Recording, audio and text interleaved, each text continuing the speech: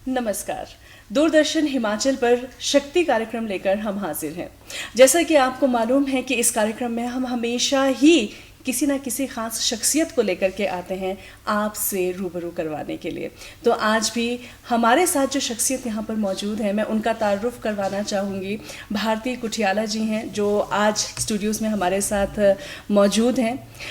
भारती जी जो हैं एक जाना माना नाम है, मैं अगर बात करूँ हिमाचल की, और एक साहित्यकार हैं, ये कवयित्री हैं, थिएटर आर्टिस्ट हैं, सोशल एक्टिविस्ट हैं। इनकी जितनी तारीफ़ की जाए उतनी कम है। एक ऐसा नाम है जो कि सोसाइटी के बदलते चेहरे का एक आप कह सकते हैं रिफ्लेक्शन है, एक एम्पावर्ड वुमेन है, जिनके बारे में मुझे लगता है जो भी कोई इस वक्त जानेगा या जिनका भी आज तक कभी मुलाकात भारती जी से नहीं हुई है, और अब दूरदर्शन हिमाचल के माध्यम से जो भी भारती जी को जानेंगे, मुझे लगता है एक इंस्पिरेशन वो सबके लिए बनेगी। और मैं सीधा आपको मिलवाती हूँ भारती जी से। आपका बहुत स्वागत करते हैं हम इस प्रोग्राम में। जी। बहुत अच्छा लग रहा है मैम हमें तो कि आप हमारे साथ यहाँ हैं। बहुत जाना माना नाम है आप, जैसा कि मैं कह ही चुकी हूँ। आपको कैसा लग रहा है मैम दूरदर्शन के स्टूडियोज़ में आके? मुझे बहुत अच्छा लग रहा है। काफ़ी समय बाद यहाँ आई हूँ। मैं दूरदर्शन से कई प्रोग्राम में जुड़ी रही हूँ, तो कोरोना काल में थोड़ा सा मौका कम मिला। मुझे आपने मौका दिया मैं रूबरू होने के लिए, तो मैं आपका धन्यवाद करती हूँ। मैम जैसे कि आपका नाम ही अपने आप में एक मैं कह सकती हूँ ब्रांड है। भारती जी को सभी लोग जानते हैं, भारती जी को। मैं तो ये सोची हूँ भी शुरुआत कहाँ से की जाए और क्या, लेकिन फिर भी भारती कुठियाला जी जो है एक कवयित्री हैं, साहित्यकार हैं। तो मैं भारती जी से उनके शब्दों में जानना चाहूँगी कि भारती जी क्या हैं। आपने ऐसा क्वेश्चन पूछ लिया कि मुझे एकदम समझ नहीं आ रहा कि मैं क्या हूँ। ये मैं जो साहित्यकार को हम जानते हैं। हाँ, मैं एक सबसे पहले अपने आप को एक महिला समझती हूँ, और महिला होने के नाते मेरे पिताजी जो मैं आज जब जो कुछ भी हूँ, मैं उस ज़माने में उन्होंने महिला और बेटी, जैसे बेटी बचाओ बेटी पढ़ाओ की बात आज होती है, हम जो कुछ भी उस समय कर पाए, आज बन पाए, वो उनका आशीर्वाद है। क्योंकि उन्होंने कभी भेद नहीं किया कि लड़का या लड़की में, हर क्षेत्र में हमें प्रोत्साहित किया। लेखन के कार्य में, साहित्य की एक पृष्ठभूमि थी हमारे घर में उस ज़माने में। धर्म युग, साप्ताहिक हिंदुस्तान, दिनमान, जितनी भी हिंदी की पत्रिकाएं थी वो सब आती थी। और मुझे याद है कि जब मैं कॉलेज में थी तो मुझे लगता था कि मेरी कहानी सारिका में छपनी चाहिए। अच्छा। उस लेवल पे आना चाहिए। लिखा एक दो बार, कुछ लिख पाए, कुछ बड़े बड़े साहित्यकारों को पढ़ा था, और कलम रुक गई। अच्छा। कलम इसलिए रुक गई कि कहीं जैसे लगता है कि जब हम अच्छा साहित्य पढ़ लेते हैं तो हम खुद भी अपने आलोचक हो जाते हैं। मैंने वर्षों तक नहीं लिखा। अच्छा। कहानी कविताएं नहीं लिखी, लेकिन पत्रिकाओं में मेरे लेख, समीक्षा, साक्षात्कार और इस तरह के इवन रंगमंच से रिलेटेड जो नाटक मंचन होते थे उनकी समीक्षाएं भी मैं लिखती रही। बहुत सारे आपने राइटअप्स किए, बहुत सारा काम किया। लेकिन भारती जी, मैं ना आपके उस पहलू को जानना चाहती हूँ जिसको लोग नहीं जानते हैं। मैं आपके बचपन के बारे में जानना चाहती हूँ, कैसा बीता, क्या आपके फैमिली बैकग्राउंड ऐसे थे जिसकी वजह से आप राइटिंग में आपका इंटरेस्ट आया? मैं पहले ही बता चुकी हूँ आपको। मेरे पिताजी जो है वो, उनका हिमाचल में, वो हिंदी के प्रेमी थे। हमारे प्रिंटिंग प्रेस था, भारतेंदु प्रिंटिंग प्रेस हिमाचल में। उन्होंने उस ज़माने में साहित्यिक काम किए, और उसी के कारण मैं भी लिखने का एक रुझान हुआ। एक स्टार्टिंग से मुझे याद है कि हमारे यहाँ पुस्तकालय था, अपना घर का भारतेंदु पुस्तकालय खोला था मेरे पिताजी ने, तो उसकी एक एक किताब मैंने पढ़ी थी। अच्छा। मुंशी प्रेमचंद जी को मैंने गबन, उनका देव सदन साहित्य, देव भूमि, रंग भूमि, करम भूमि, निर्मला, ये सब 10th में पढ़ लिया था। बहुत खूब। तो क्या मैं ये मानूं कि जो एक इंस्पिरेशन रही है वो कहीं ना कहीं प्रेमचंद जी की जो एक बहुत ही जाना माना नाम है, उनकी नॉवेल्स बुक्स पढ़ के, उनकी रचनाएं पढ़ के ही वो एक बिल्कुल inspiration बचपन से वो उन प्रेमचंद जी तो क्या इतने बड़े साहित्यकार हमारे अगर हम कहें हिंदी साहित्य की बात करें, उन्होंने कोई भी ऐसा पहलू या ऐसा कोई विषय नहीं छोड़ा, तभी उन्हें सम्राट मुंशी प्रेमचंद जी कहा जाता है। लेकिन आहिस्ता आहिस्ता जैसे लेखन के बाद आपकी रंगमंच की तरफ रुझान होने के कारण थोड़ा सा मेरा अलग उस पे चले गए, आकाशवाणी से भी जुड़े रहे, थिएटर करते रहे। और 80 के दशक में, 80 से 90 का दशक मैं कह सकती हूँ, शिमला के जो जाने माने रंगकर्मी थे या निर्देशक थे, उनके साथ हमने काम किया। और ये हमारा सौभाग्य है, हमारी थोड़ा सा हमें सुविधाजनक भी था कि हमारा घर पास ही था जहाँ भी, क्योंकि महिलाएं जब रंगमंच में आती तो उनके लिए यही दिक्कत होती है कि अगर घर दूर है, लेट रिहर्सल हो रही है, जाने आने में कैसे होगा, कैसे मुश्किल होगी, तो बाजार के बीच में घर था तो हमें वो दिक्कत नहीं आई, इसलिए हमारा थोड़ा सा वो सफ़र आसान हो गया। अच्छा, अभी हम रंगमंच की अगर बात करें तो जब आपने रंगमंच में आने का फैसला किया तो रिएक्शन क्या था फैमिली का, सोसाइटी का? एकदम से आपने क्या ऑब्जर्व किया? नहीं, वो प्रोत्साहन कर रहे थे। प्रोत्साहन आप कॉलेज में कर रहे हैं, स्कूल में कर रहे हैं, उसके अलावा आप बाहर निकल के जब करते हैं तो थोड़ा सा अलग माहौल होता है। हिमाचल में, शिमला में उस समय जब रंगमंच में हम काम कर रहे थे तो वो स्वर्णिम काल में आपको पहले ही कर रही हूँ। हमने राष्ट्रीय स्तर पर, नरेंद्र चौहान जी थे, उन्होंने 26 साल की उम्र में 6 नाटक लिखे, जिन्हें लिखा भी, डायरेक्ट भी किया और दिल्ली तक कामायनी थिएटर में लेकर गए। वो बहुत बड़ी बात थी, हमें उतनी समझ नहीं थी।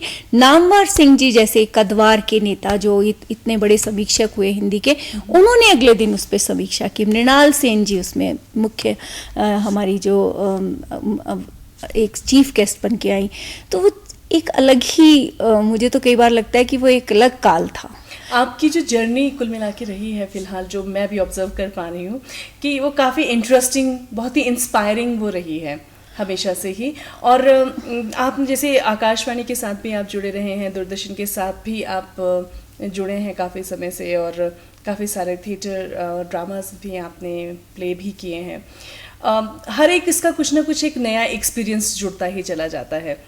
आपके साथ में कुछ और आर्टिस्ट भी होंगी जो फीमेल आर्टिस्ट होंगी, उनकी तरफ से कोई रिएक्शन, कुछ हमारे प्रॉब्लम्स उस दौरान, जिस दौरान आपने थिएटर स्टार्ट किया? देखिए, महिलाओं के लिए इतना आसान नहीं होता है, और गरिमा के साथ काम करना ये बहुत ज़रूरी होता है। तो उस समय हमें ध्यान है कि हम रिहर्सल के लिए जा रहे हैं, तो हमें एक घर से हिदायत होती थी कि आपने जिस काम के लिए जा रहे हैं तो उसका फोकस करना है। तो उन चीज़ों का तो ज़रूर पालन किया। और रिहर्सल के बाद पूरा, जैसे आपका नाटक के लिए आपकी 1.5 महीने, आजकल तो 15 दिन में नाटक हो जाता है तैयार, लेकिन उस समय जितना अगर डायरेक्टर कह रहा है समय, मुझे लगता है कि रंगमंच ने हमें व्यक्तित्व निर्माण में, आज भी हम बात करें, बहुत ज़्यादा भूमिका रही। सेल्फ कॉन्फिडेंस आपको आता है, आप पंक्चुअलिटी सीखते हैं, आप अपने जीवन की बहुत सारी चीज़ें उसके साथ सीखते हैं। सिर्फ रंगमंच आपको सिर्फ अभिनय तक ही नहीं सीमित, आपके व्यक्तित्व निर्माण में उसका बहुत बड़ा पहलू है। और इस पर मैं अभी भाषा एवं संस्कृति कला, निष्पादन कला की सदस्य हूँ, और इस दूरदर्शन के माध्यम से भी मैं सरकार तक अपना ये लेकर जाना चाहूँगी कि हम रंगमंच विषय को जो है विश्वविद्यालय स्तर पर इसका विभाग खोलने के लिए गुजारिश कर रहे हैं और प्रयास कर रहे हैं। और एक विषय, जैसे आपका ड्राइंग विषय रहता है आपका स्कूल में, वहाँ पे एक रंगमंच का पाठ्यक्रम होना चाहिए। इस पे हमारी मुहिम चली हुई है, उसमें हम कोशिश कर रहे हैं कि आने वाले समय में हम इस तरह से कुछ कर पाएँ, ताकि बाल रंगमंच किया जाना बहुत ज़रूरी है। आपके बाल रंगमंच में अगर हम बच्चों को जोड़ते हैं तो वो खेल खेल में शिक्षा को ग्रहण करने की जरूरत नहीं। आज शिक्षा पद्धति बदली गई है, अभी पॉलिसी आई है, उसमें इस तरह के बदलाव किए गए हैं, पहले भी इस तरह के हुए हैं। तो कई हमारा प्रयास जो है, हमें लगता है कि जब उस बच्चों को उस तरीके से सिखाया जाएगा तो वो बहुत उनके पूरे जीवन में बहुत काम आएगा। ओवरऑल पर्सनालिटी अगर मेंटेन करनी है, मैं बोलूँ डेवलप करनी है, चेंज करनी है, तो कहीं ना कहीं थिएटर से जुड़ना ज़रूरी है। एक वर्कशॉप हर किसी को जीवन में करनी चाहिए, मेरा तो ये मानना हर है। थिएटर वर्कशॉप जरूर करनी चाहिए। आपको मेंटल एक्सरसाइज करवाई जाती है, आपको वॉइस के ऊपर काम करवाया जाता है, आपको आपकी स्पीकिंग पावर है या उस पे, या आपकी इम्प्रोवाइजेशन के थ्रू आपका बहुत सारी चीज़ों में काम। मुझे लगता है वर्कशॉप सच में एक बाल रंगमंच से जो जुड़ गया कभी भी कोई बच्चा, वो पूरा जीवन उसका कहीं ना कहीं उसका इस्तेमाल ज़रूर करेगा। अच्छा, अगर हम अभी आपकी कविताओं का हम जिक्र करना चाहेंगे, हम चाहेंगे मैम आप कुछ भी हमें प्लीज़ हमारे दर्शकों तक कुछ लाइंस पढ़कर सुना दें। एक कविता है जी, मुझे प्रिय है। बहुत वर्षों के अंतराल के बाद मैंने नौकरी, घर परिवार के बाद दोबारा से लिखना आरंभ किया है। कहानी के क्षेत्र में भी मैं थोड़ा काम कर रही हूँ। कविताओं का संग्रह मेरा आ गया है। अच्छा। और 5-6 साझा संग्रह भी आ गए हैं। उन्हीं में से एक कविता पढ़ रही हूँ। नदी और तट। नदी हर तट पर हर छोर को छूते ठहरना चाहती है। नदी हर तट पर हर छोर को छूते ठहरना चाहती है। तट नदी को आगे और आगे धकेल देता है। नदी जीवन धारा को समेटे आगे बढ़ जाती है। तट ठगासा उसे जाते देखता रहता है। उसे उसका रुकना भी नहीं भाता और उसका चलना भी अच्छा नहीं लगता। अखरता है, पर क्यों? नदी आगे और आगे बढ़ती जाती है। नदी के गर्भ से निकले समय के हर मोड़ के पत्थर नए आकार लेते जब तब मुखातिब होते रहते हैं। तट खड़ा कुंठित होता रहता है। नदी मीलों रफ्तार तय करती दिन ब दिन सुंदर स्वच्छ होती जाती है। और तट दिन ब दिन नदी को याद करता व्यथित, एकांकी, निष्प्राण शिला में बदल जाता है। बहुत खूब, डीप मैसेज मैम, इनमें एक एक शब्द में मैं कहूँगी।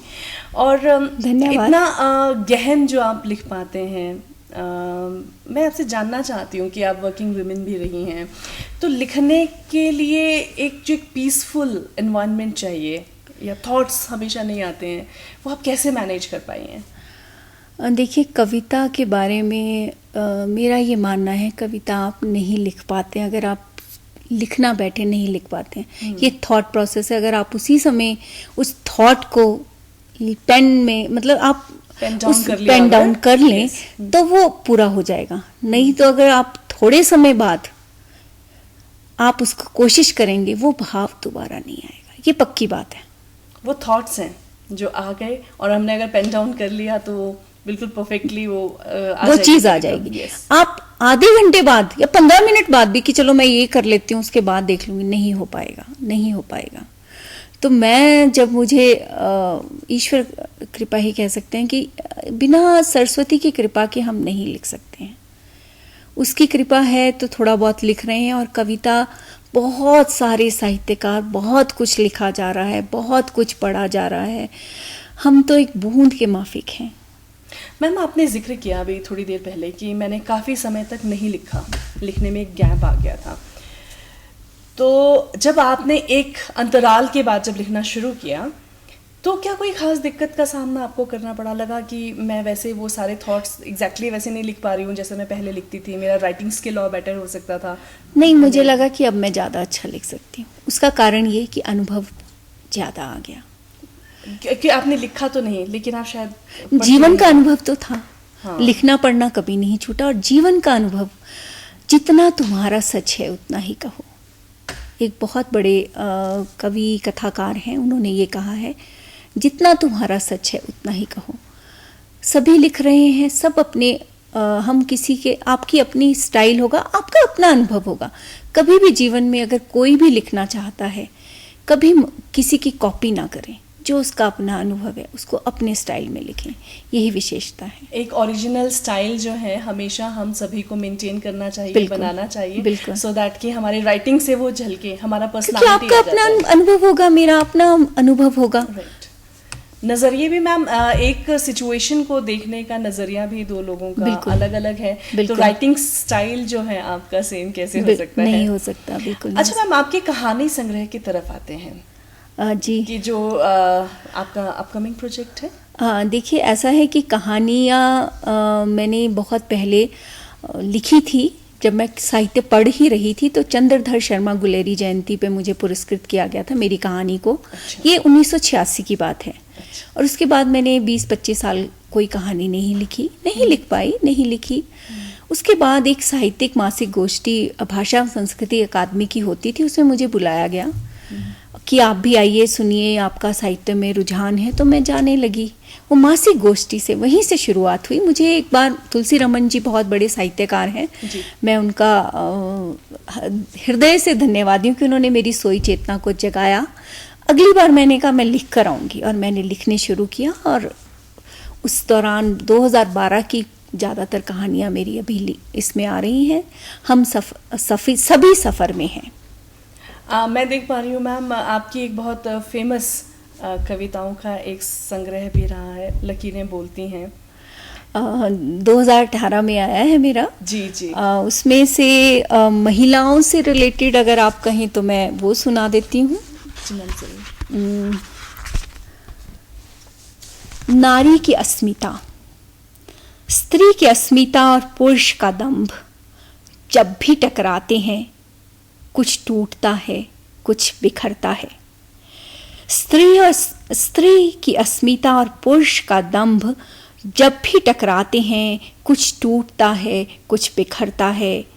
वक्त की सौगात मानकर जब नारी अस्मिता की दीवार लांघती है, हर बार उसे अनावृत करने में पुरुष कहाँ पीछे रहता है।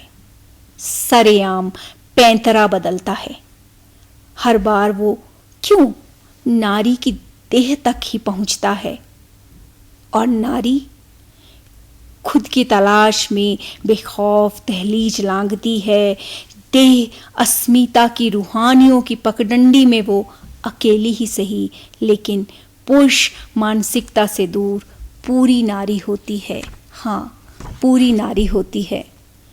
वो समय की दहलीज पर रचती है रूहानी सकून, और बदले में पाती है हजारों नसीहतें, बेरुखी, बेअदबी, नफरतें। केंचुए की खाल में लिपटी पुरुष की सोच के आगे नारी का अपराध बोध क्यों? नारी की अस्मिता की परीक्षा क्यों? यही मेरा सवाल है। मैम, बहुत खूब आपने ये कविता लिखी है। ये आप ही का सवाल नहीं, मुझे लगता है जितनी महिलाएं आपको अगर इस वक्त टेलीविज़न पर देख रही हैं या उनके साथ उनके फैमिली मेम्बर्स, डॉटर्स देख रही हैं, तो कहीं ना कहीं किसी ना किसी सिचुएशन पे ये जो क्यों है, बिल्कुल, वो हर नारी के मन में रहता ही रहता है कि ऐसा क्यों है। अच्छा, अगर हम वुमेन एम्पावरमेंट की बात करते हैं तो आप क्या कहना चाहेंगे कि आज के दौर में आप लेडीज़ को किस तरीके से देखती हैं? अभी कोई क्षेत्र नहीं है जिसमें नारी काम नहीं कर रही है, या लेकिन मुझे लगता है कि कहीं जैसे उसे अपने आप को प्रूव करने के लिए ज़्यादा काम करना पड़ता है। घर परिवार तो वो छोड़ ही नहीं सकती ना, वो तो उसके साथ है, उसे सुपर वुमेन बनना पड़ता है। तो मैं अगर कहूँ कि 2020 की नारी और साल 1980 की नारी, आप क्या डिफरेंस आप देखते हैं मैम? 2020 की नारी तो हम 2020 की नारी ये नहीं सोच रही होती है कि कौन क्या कहेगा, वो अपना लक्ष्य सीधा रख कर चलती है। और मुझे लगता है सुपर वुमेन बनने की भी आवश्यकता नहीं होती। हमें अपनी प्रायोरिटी फिक्स करनी होती है, बैलेंस बनाना बहुत ज़रूरी है। ये ज़रूरी है कि घर परिवार अगर माँ की भूमिका में है तो माँ की भूमिका को कहीं भी ऐसे नहीं मान सकते कि वो इम्पोर्टेंट नहीं, वो सबसे इम्पोर्टेंट है। वो तो आपको बैलेंस करना ही पड़ेगा। हाँ, आज की डेट में कुछ चीज़ें हैं कि हम वर्क डिस्ट्रीब्यूशन की बात कर सकते हैं, उसके लिए हम हेल्प ले सकते हैं। तो हमें वो हेल्प ले रही हैं, आगे बढ़ रही हैं, इसमें बहुत अच्छी बात है। एक चेंज जो है ओवरऑल आया है, सोच में भी बदलाव आया है, और फैमिली जिस तरीके से सपोर्ट करती है, मुझे लगता है विदाउट फैमिली के सपोर्ट के किसी भी लेडी के लिए किसी भी फील्ड में अच्छा करना वो शायद पॉसिबल नहीं है। आज भी हम कई जगह जहाँ एक तरफ विमेन एम्पावरमेंट की बात करते हैं, वहीं पर एक पक्ष ऐसा भी है महिलाओं का कि वो घर की चार दीवारों के अंदर ही अपने सपनों को बस समेट लेती हैं, परिवार की जिम्मेदारियों में समेट लेती हैं। उनके लिए मैम आप क्या मैसेज अभी देना चाहेंगी जो आपको इस वक्त देख रही हैं? अपने लिए ज़रूर समय निकालें, अपने शौक के लिए। घर परिवार की हम ड्यूटी से नहीं भाग सकते। और एक मेरी गुरु जी थी, सरोज वशिष्ठ जी, सारे हिमाचल वाले उन्हें जानते हैं, जी। सोशल एक्टिविस्ट हैं वो। मैं उनका बड़ा आदर करती हूँ, सम्मान करती हूँ। तोड़ना नहीं है, हमें जोड़ना है।